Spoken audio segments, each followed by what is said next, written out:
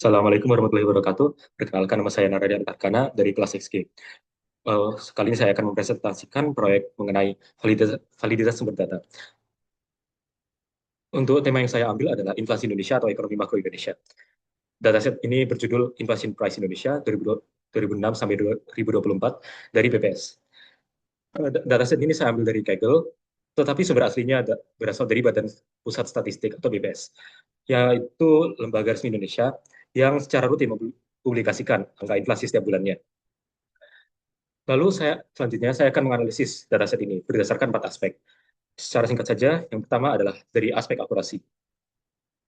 Untuk akurasi, karena data ini berasal dari Badan Pusat Statistik, yaitu lembaga resmi pemerintah yang memiliki kewenangan mengumpulkan, mengolah, dan menerbitkan statistik nasional, maka tingkat tingkat akurasinya akan tinggi.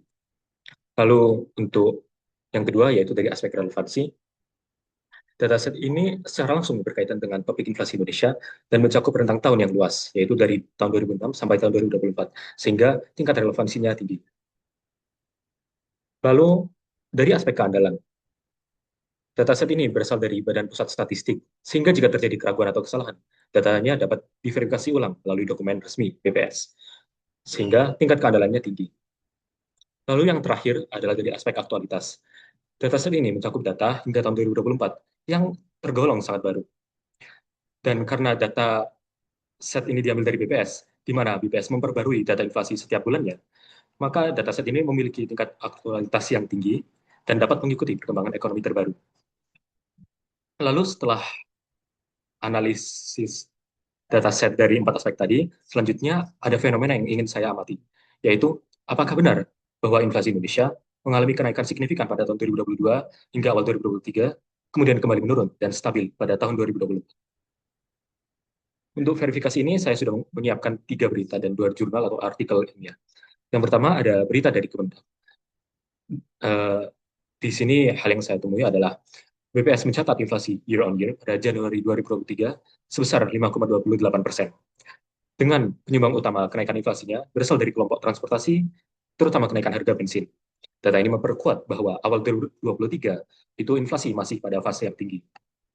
Lalu untuk berita keduanya, saya ambil dari Antara News, di mana saya dapat bahwa inflasi month to month di Januari 2023 itu mencapai 0,34%, dengan kontributor utamanya itu kenaikan harga beras, cabai merah, ikan segar, dan cabai rawit.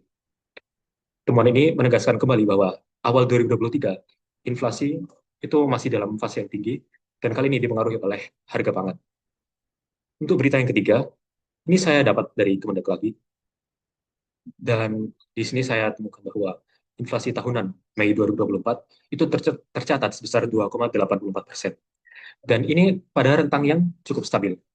Penyumbang terbesarnya lagi-lagi dari kelompok makanan, minuman, tapi skalanya lebih terkendali. Hal ini menunjukkan bahwa 2024 inflasi itu kembali menurun setelah fase yang cukup tinggi. Lalu di sini saya mendapatkan 2 jurnal, dengan jurnal pertama berjudul Determinants of Inflation in Indonesia, Dynamic Over a Decade.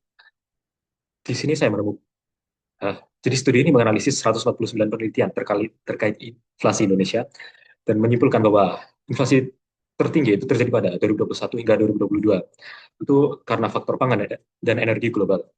Setelah itu, inflasi kembali menurun akibat kebijakan stabilisasi Bank Indonesia. Jadi, temuan ini juga mendukung fenomena yang ingin saya verifikasi tadi. Untuk jurnal kedua itu adalah analisis inflasi di Indonesia, penerapan model Vitaliano. Di sini saya menemukan bahwa inflasi Indonesia itu bersifat fluktuatif dan sangat dipengaruhi komoditas tertentu. Inflasinya itu dapat meningkat tajam karena tekanan pada harga pangan atau energi, tetapi kembali turun kalau faktor pemicunya mereda. Lalu di penelitian ini, itu terdapat temuan yang selaras dengan fenomena tadi, yaitu terdapat pula kenaikan inflasi di tahun 2022 hingga 2023 dan penurunan di 2024. Dari hasil verifikasi tadi, saya temukan bahwa fenomena tadi itu memang benar, dan dataset yang saya ambil dari Kaggle di awal tadi itu valid dan dapat dipercaya.